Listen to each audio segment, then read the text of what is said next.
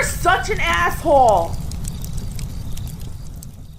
So a guy paid me a lot of money to read an Ayn Rand book. Thankfully and mercifully, it was a short one, which in Ayn Rand's world is 173 pages.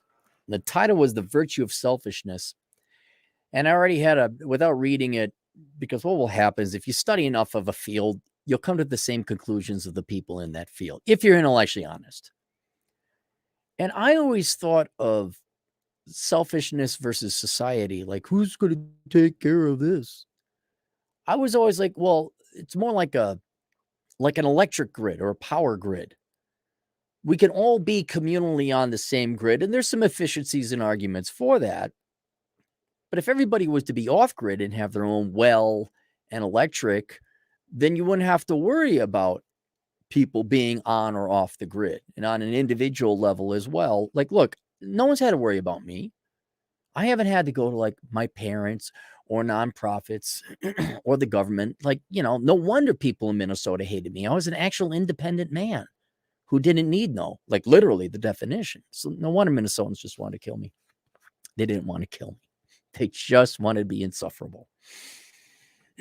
But that was at a very young age. I'm like, look, if you just let people take care of themselves, like you don't have the welfare state take care of people. Oh, we as a society, what about the poor? I'm like, who gives a shit? I was poor. No one cared about me. And it's amazing what nature, and by nature, I mean starvation, hunger, to a lesser extent, threats of animals, but the threat of death that is inherent with nature. Like if you don't get off your ass, nature's going to kill you. If anything, the laws of caloric energy will kill you, will starve. I thought it'd just be easier as very libertarian. Like, it's not my business if someone doesn't want to work. Let them not work, but also let them face the consequences.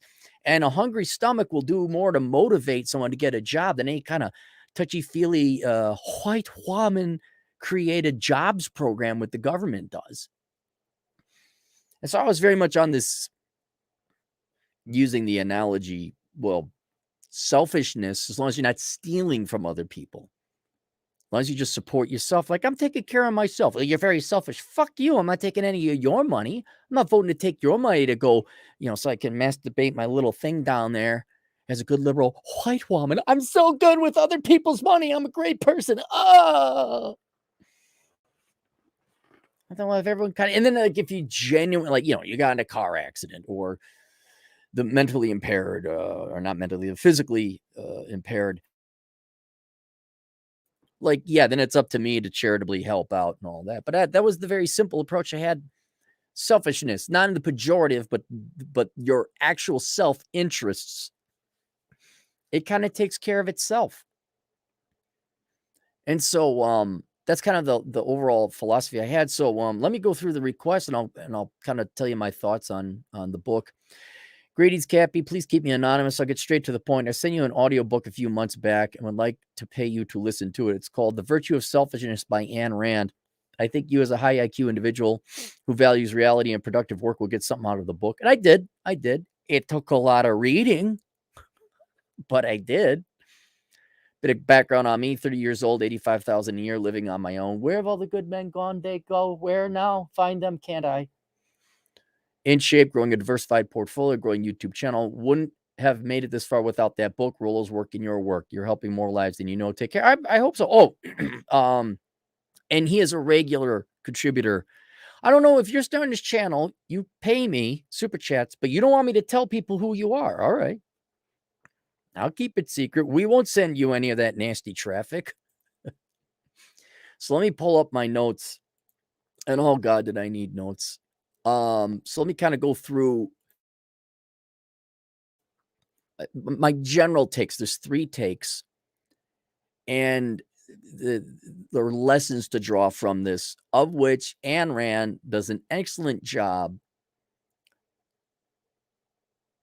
explaining them, detailing them, enumerating them ad nauseum, which is what Ayn Rand typically does. My main first criticism is this could have been a 20-page philosophy pamphlet. Instead of getting the Communist Manifesto, we got Das Kapital, if any of you know the difference between those books. And man, I'm just like, Anne, get to the point. My God, lady. And so that was my first criticism. But otherwise, it was also, just so you know, it's the second criticism, it's a compilation of essays, very lengthy essays. And I wish you would have just focused and written an original essay on this rather than use a compilation of essays to contribute towards a general thesis or theme. But the first few chapters is what I think with the bulk of the work. And then there's another chapter towards the end on racism, which I don't think fit well with the book, the overall. I'm like, everyone should read it, especially today.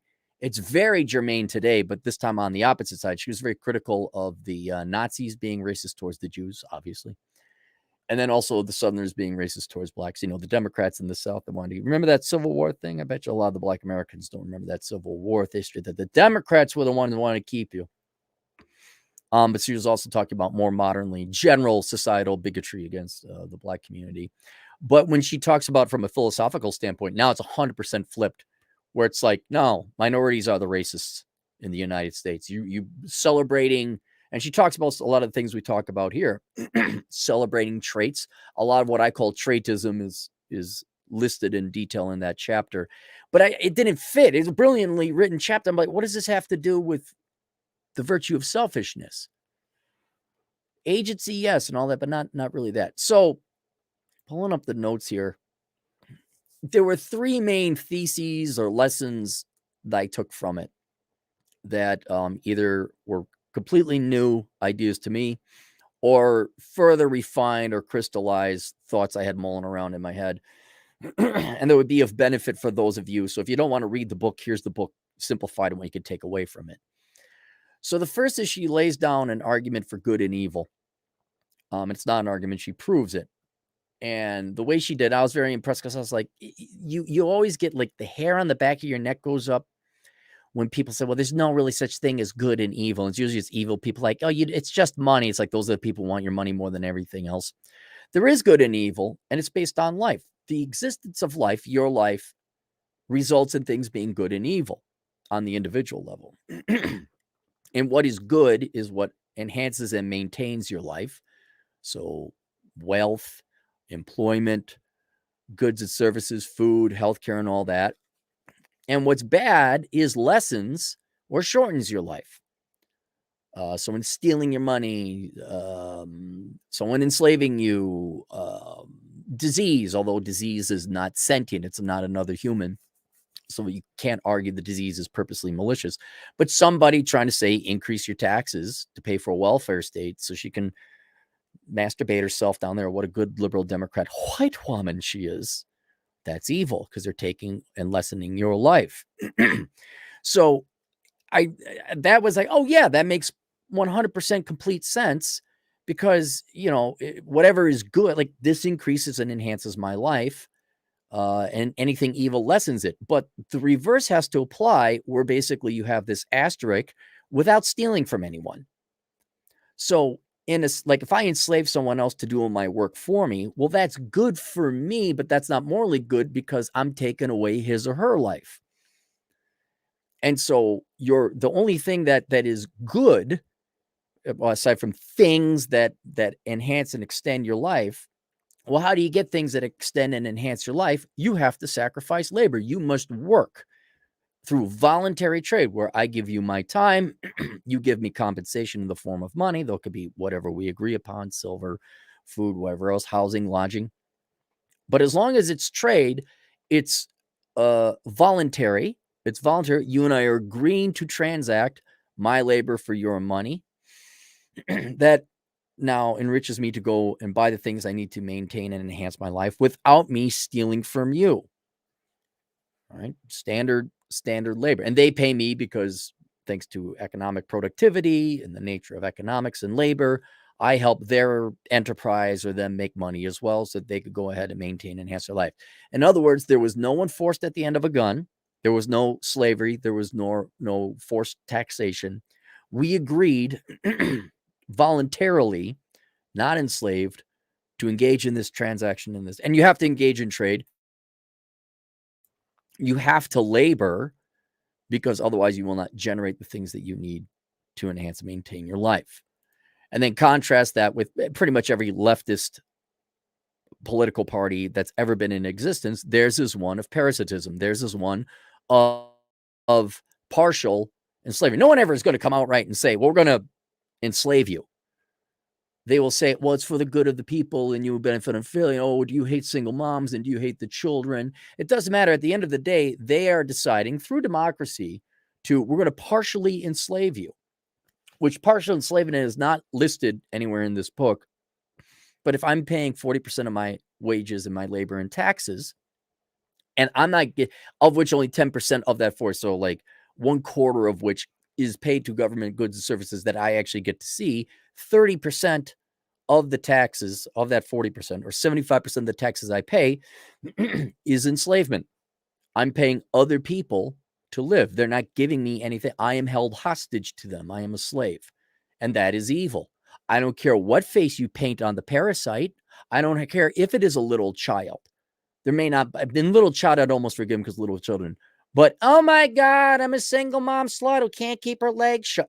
That's a bad person. That's the parasite. I don't care. You can paint it. Oh, they're disadvantaged because of this trait or that reason. Doesn't matter. You're still stealing from me. They're still a parasite. But if I voluntarily donate money, which the liberal white woman never do, they vote to take other people's money, never their own. All right. That would be fine if you volunteer, but it's so that I like it very clearly that the fact you are alive and conscious and sentient and that you are your own person, and therefore anything that maintains and enhances that life is good, and anything that threatens it or lessens it is evil. and it's 100% logical and effective in the real world. Yeah, there's good and evil.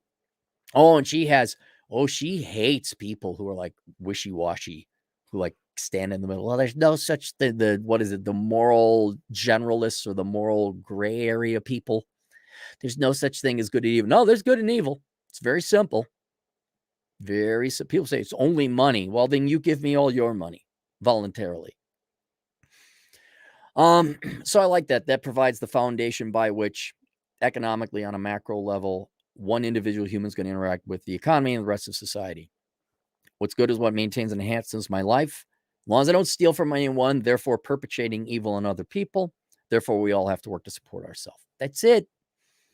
And already I can hear like half the U.S. population, because you're fraggy-vaggy leftists and Democrats who want to live off of other people. Right? Which in your mind is good, getting other people's money, but you don't give a damn about enslaving other people. You really don't. So there's that. Now, this presents humans a choice, and humans are capable of agency. And you get to decide whether you're going to live a conscious life, as she says it, or an unconscious life, which is, are you going to choose a good life? Are you going to take agency and ownership of your life? Like, okay, I'm my own person. I need to go out forth into the world. And it's not necessarily support myself, though. That's a consequence of choosing to have agency and be conscious. But I'm here, I'm alive, and my choices are going to have an effect on my life. The unconscious, or the NPC, or all the different traits of people who like throw themselves to the wind, government take care of me, nothing's my responsibility, it's the patriarchy, it's the white man, it's the Republicans in the Senate, it's global warming, whatever. Those people are not agents. And I've called people like that plants before. Funnily enough, Ayn Rand talks about a progression from plants to animals and humans, and what has certain amount of agency and responsibility. Plants, they can't move. They don't have a central nervous system, so they just exist. Animals have an instinct that they go based off, but don't have any morals. Humans have a capacity for moral and trade. They have to interact with other humans. That's why we have society and yada, yada, yada, yada. So humans have a choice. Hey, all right, after you become a certain age and your parents instill you independent-minded, and now you're finally an adult, time to go work. Am I going to take ownership in my life and pilot it where I want? Am I going to take responsibility for everything that happens in my life, whether it's fair or not? It happened, the lightning strike. Okay, not my fault, but it is my responsibility. Or because communism was a big thing back in the days in the 60s and all that, and all the American beatniks, they just knew so much. And Stalin was really good at killing people without war. It was just called starvation. It was great. You guys know what you're doing. There's a lot of like, oh, we don't have to work. Oh, I don't wanna. And to the extent, even back then, they would go to rationalize why they didn't have to work, meaning they should be entitled to other people's labor, was pretty impressive. But oh my God, man, they kicked it up into high gear now. I have this made up mental disorder that I don't really have, but I'm going to claim I need money. Do you hate people with disabilities? Yes. Yes, I do. Just like lie. Like, yeah, I sure do. Now give me back the money. But in abdicating the choice to take ownership in yourself and lead your life, and like, I'm going to own my own life, she kind of paints two different consequences or life's paths that are going to happen. And she doesn't go so much into the life of the parasite, and I've talked about it ad nauseum and at length here, but I wish she did. But you could kind of see like, okay, what's the life of a plant? What's the life of an animal? You're just battered by life's forces. And she doesn't write it out as clear as I wish she would, but your life is pretty miserable. I've said it before. I don't care if you're on welfare or not. You're still miserable. You guys are like, I can't believe they get all this free money. Yeah, but look what they do with it. All they know is two things: consumption and fear. Crippling fear, so much crippling fear that there are people who will live homeless in a tent in Minnesota when it's 20 below zero because they are so afraid of working. I keep trying to explain to you, like, what is that nightmare of a life like? I mean, go through and read anyone or listen to any one of the marriage cases. Not anyone, but most of them, typically, not always, involve some kind of ex-wife going through her insane hurdles, destroying her family, destroying her children so that she can get more money out of the guy. Why? Because she doesn't want to work. And I've looked at this before and I said, man, if you just did half the amount of work that you put into white collar panhandling and begging for a student loan bailout and getting this and cheating and not working and mailing it in at work, if you just work hard and did your job for a fraction of the work, if you put in an honest day's worth of work, you'd have more money.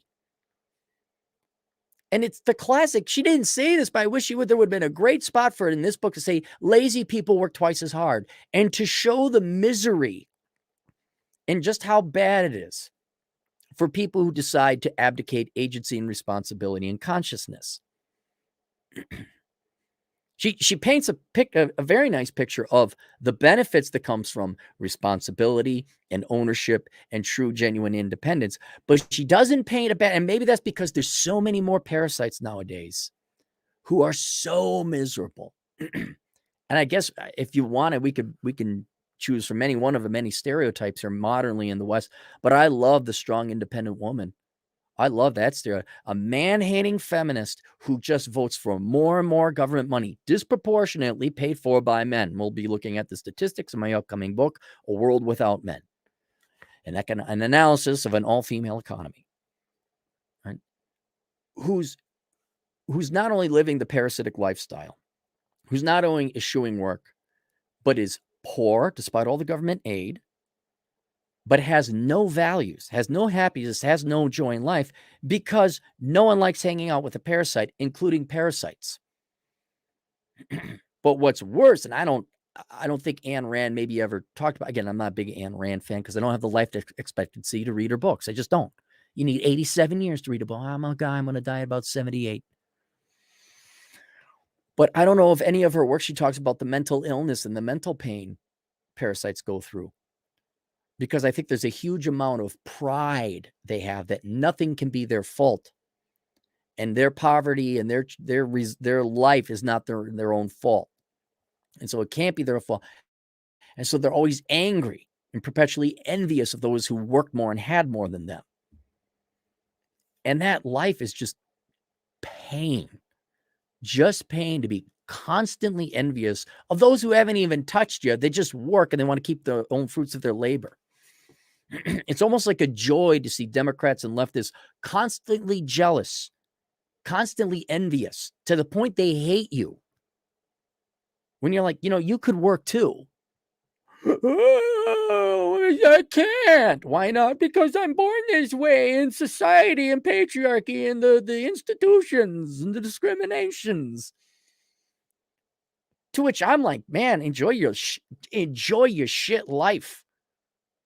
So she doesn't really go into that as much as I have in the past, where sanity is the future. I mean, imagine here, just I guess the latest. Let's pick another stereotype.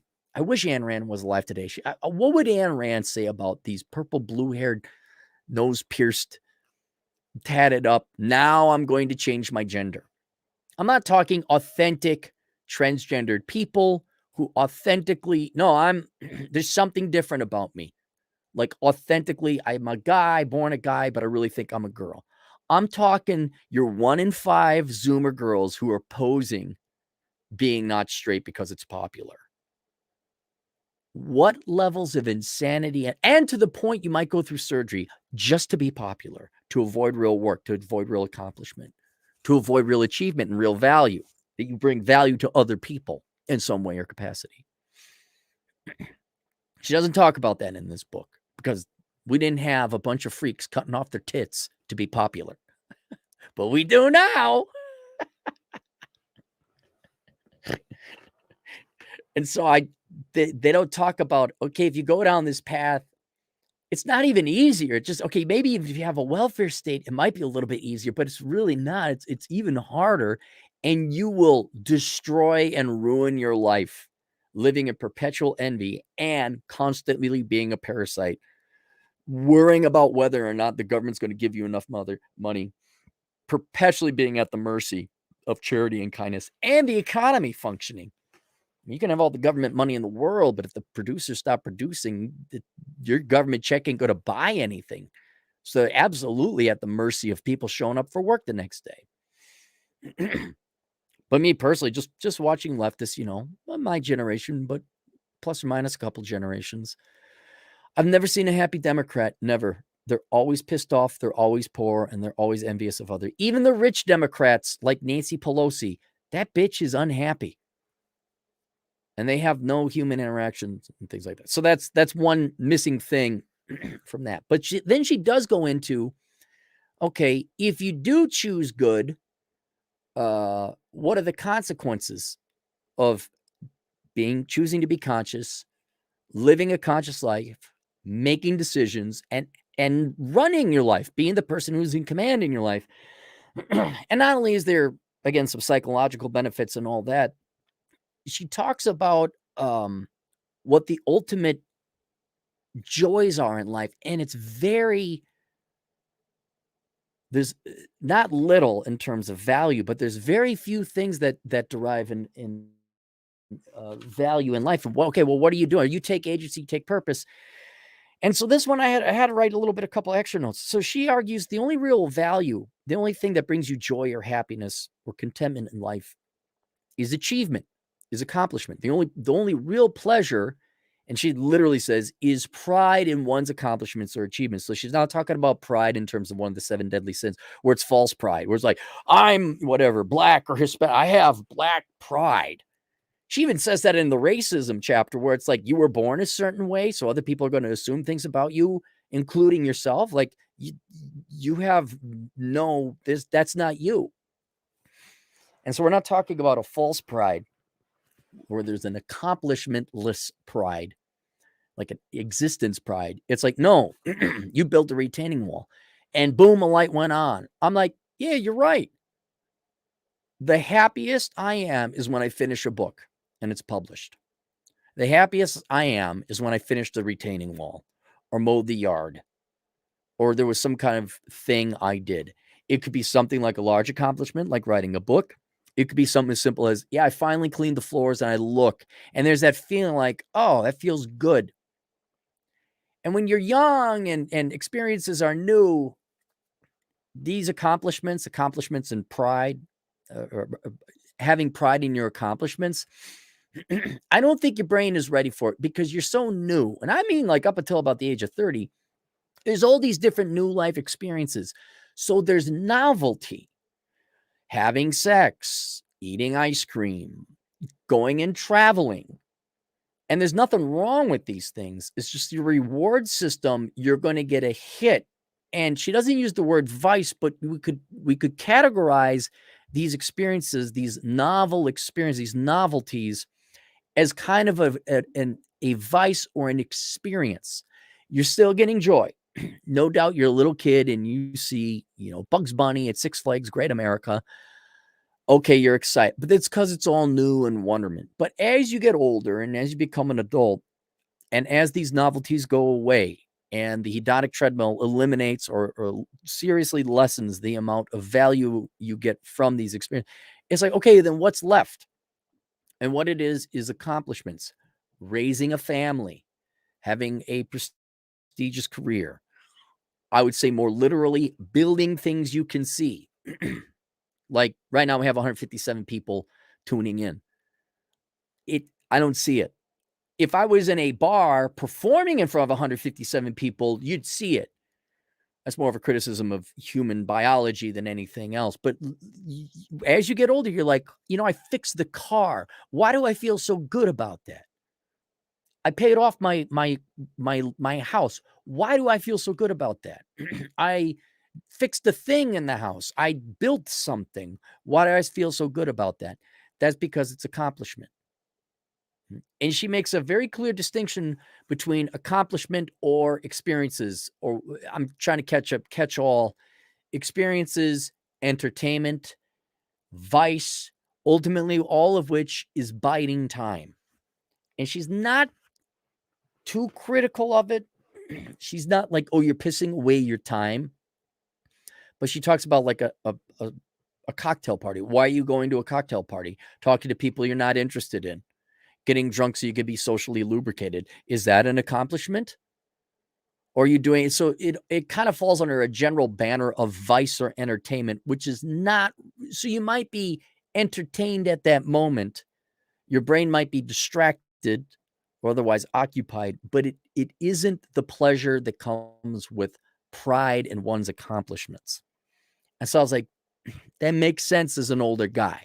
To me, you would have been talking to a tree at 25 years old. I'm like, no, I want them biddies over there. I want to stick my dick in them tig old biddies over there. And I guarantee you that will make me happy and be very pleasurable.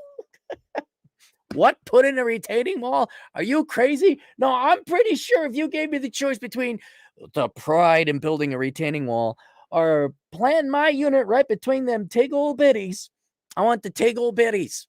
That would make me happier. Over time, though, tig old biddy still would win. I won't lie, but that's biology. But at a more spiritual, philosophical, economic level, it's accomplishment. Now she then goes, so the tig old biddies have a play in this role yet, a role in this play. She says achievement on one's own is like kind of the best source of pleasure, but achievement plus admiration is better than that, and usually in the form of love, where you admire a person of the opposite sex. Now, you can have admiration in form of looking at other people's artwork, somebody else's accomplishment you can admire and like, wow, look at that. You can't take pride in that. You can't take pride in other people's accomplishment because you didn't do it, but you could admire. And I don't think she ever mentioned this, but the difference between someone who's intelligent, smart, moral, ethical, producer, and one who takes agency, you will admire other people's accomplishments. The parasites, the Democrats, the socialists, the worthless, the pathetic will be envious. Right? You want all the benefits without any of the labor. And they'll hate you. They'll hate you. Harrison Bergeron is a perfect example of that. Anyway, she doesn't talk about that. But she does go, and I'm kind of like, okay, I can see it. She says, then she introduces the opposite sex and says, accomplishment plus admiration manifesting in ultimately sex with someone you admire and love. That's like the best of the best of the best of the pleasure. A loving relationship, but culminating only in the act of sex. I'm like, I can't disagree. Because especially from the men's perspective, I can't speak for women's perspective, but men, it is an accomplishment to get a girl to have sex with you, period, whether you admire him or not.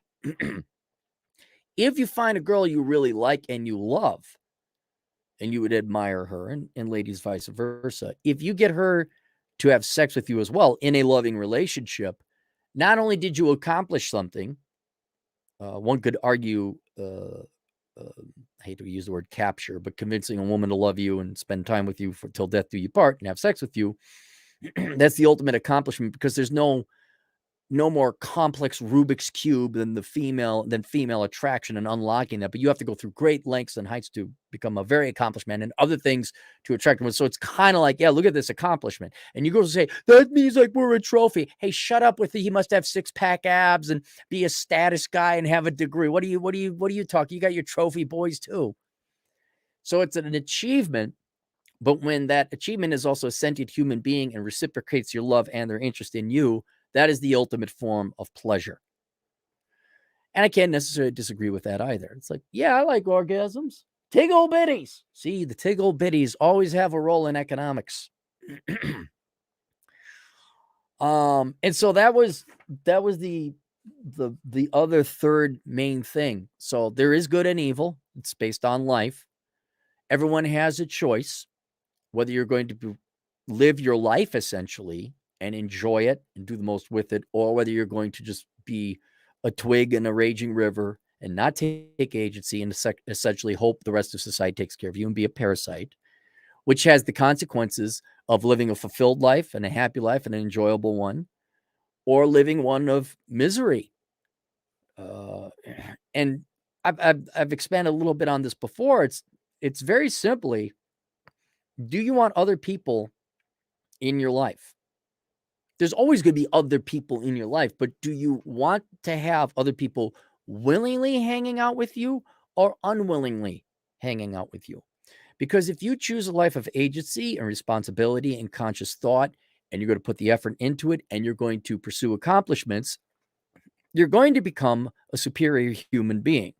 You're going to become a more attractive human being. And then more intelligent and attractive, I mean this physically, intellectually, just better, superior people. You're going to have better people in your life that willingly want to hang out with you. And I don't recall her mentioning friends willingly hanging out with you, but you could say that that's also a pleasure. High quality people want to hang out with you. Or you could go the den of thieves. There's no honor among thieves, where you're parasitic and you're not going to work and you're not going to achieve anything. And so the people who are going to hang out with you are also going to be parasitic. This is why, oh, shock, in the trailer park, your best buddy bangs your girlfriend or steals your drugs. You might be friends, but you're friends with shitty people. You're friends with inferior people.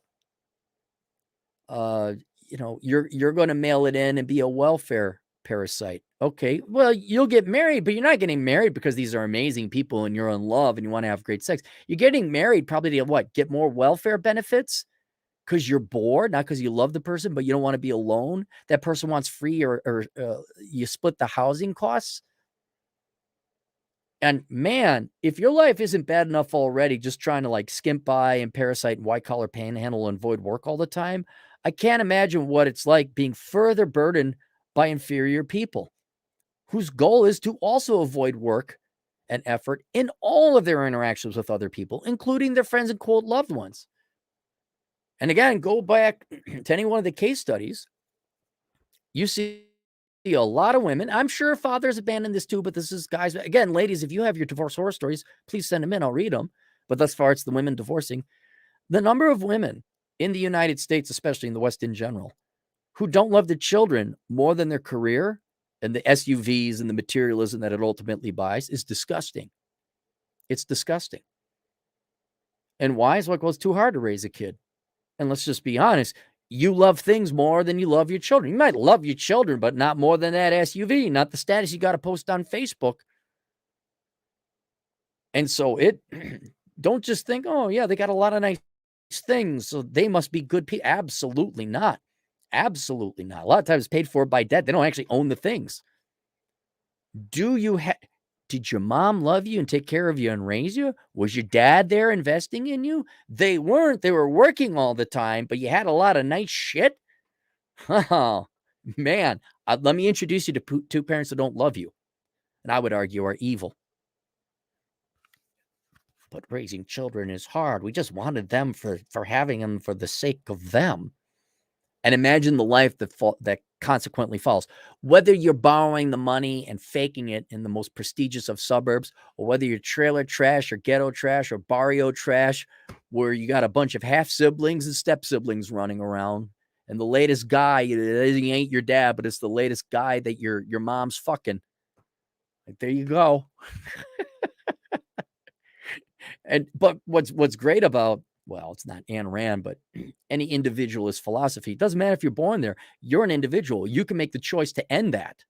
You can say, I'm not dealing with this anymore. I'm leaving the plantation. I'm leaving the trailer park. I'm not doing meth. I'm going to major in engineering. I'm going to join the military. I'm going to take ownership for my own life.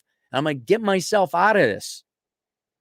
And usually if you come from those environments and you get yourself out of it, the ultimate form of evil shows of these people how lazy they are. Like, well, you think you're better than us? Don't forget where you came from. You're not better than me. Yeah. Actually, that person is. He left the trailer park. He left the ghetto. He left the barrio.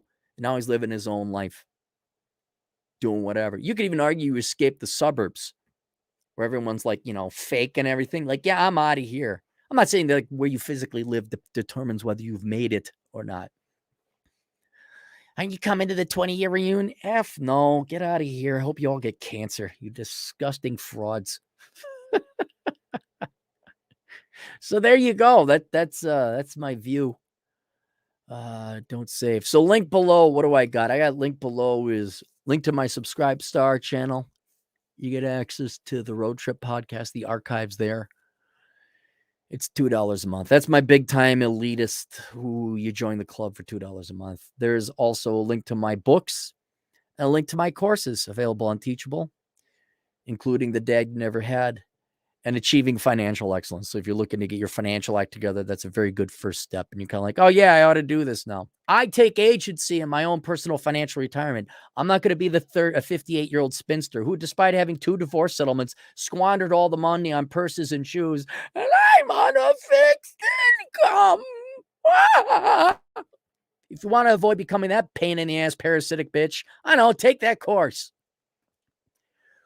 We got any super chats? We got 3 here. So, wow, Blanco Boy, 20 generous dollars. Voluntaristically donated to me. I didn't put a gun to Blanco Boy's head. Thank you very much for 20 generous dollars. Off topic, just saw the Corona Chan podcast in regard gas stations, etc., not functioning properly. I drive for a living. It no longer surprises me when the gas pump electronics are not functioning and I have to go elsewhere. Right. It's Sinclair. Sinclair is the worst. I will avoid Sinclair because there's no reason to stop there. They don't offer gas. Oh, they got pumps. There might be gas in the tanks below. But God bleeping almighty, even the new ones, like, guys, it doesn't work. Card not red, come inside, because that's why I pulled over here. Yeah, it's getting bad. Our future MD, $10. Tennessee passed mandatory DNA testing at birth. Awesome. It's starting to catch on. Supreme Court changing child support. Norfolk divorces next. I'm surprised. This is one of the benefits of living in the United States is states' rights. States can go and do what they want, experiment. You could be a very Democrat state where there's a lot of welfare and free health care and poop in the streets and needles and angry feminists with purple hair claiming they're independent but need a student loan bail. You can have that environment. Or you can have, well, I guess you go to the other extreme where it's practically a theocracy and you're following Christ, whether you like it or not. And then there's Tennessee that might be a little bit more reasoned and evidenced. Are the Democrats reeing right now because Whamans are treated equally now?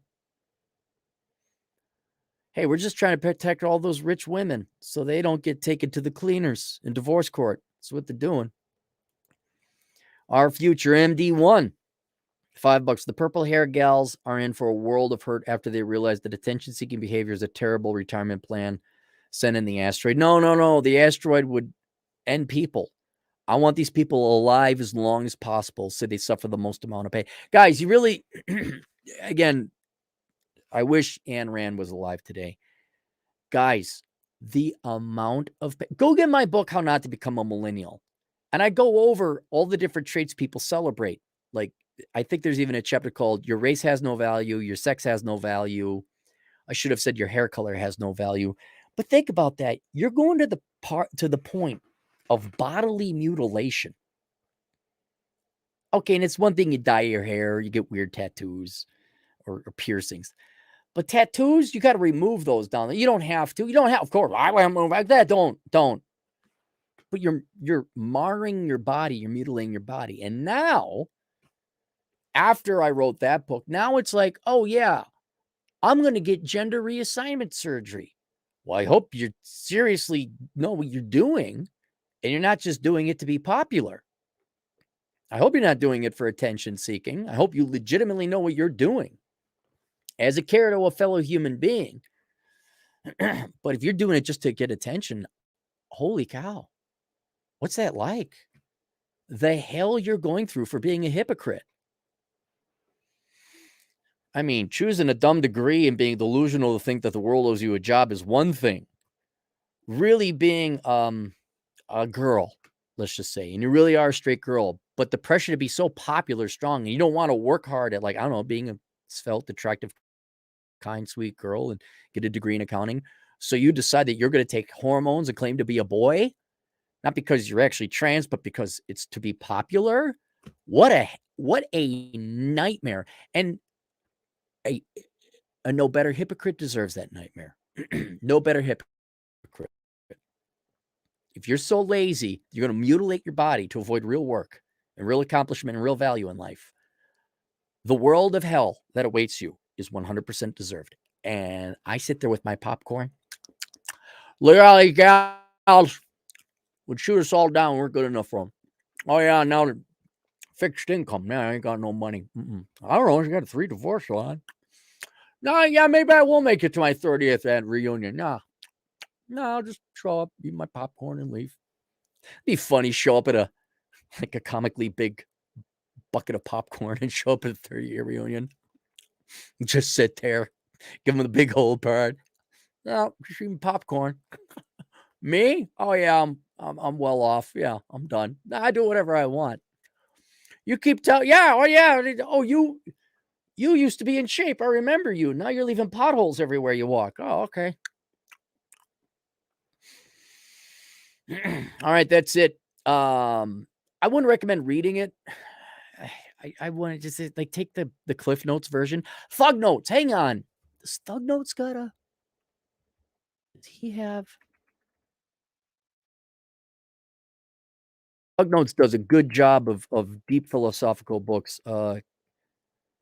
Virtue, Selfishness. AnnRand.org. Ayn Rand, The Virtue of Selfishness. What? Oh, don't tell me he took did he take it down? Don't tell me he took down Thug Notes. Thug Notes, classic literature, original gangster. Oh, last time he updated, it was 2018. Okay, see if it's on his channel if he did that. But look, before you read any books, because books take too long to read, go and get the Thug Notes review. Okay, that's the best one. Then you guys like, I know that, and then you move on with your life. All right, we'll see you guys later. Toodles.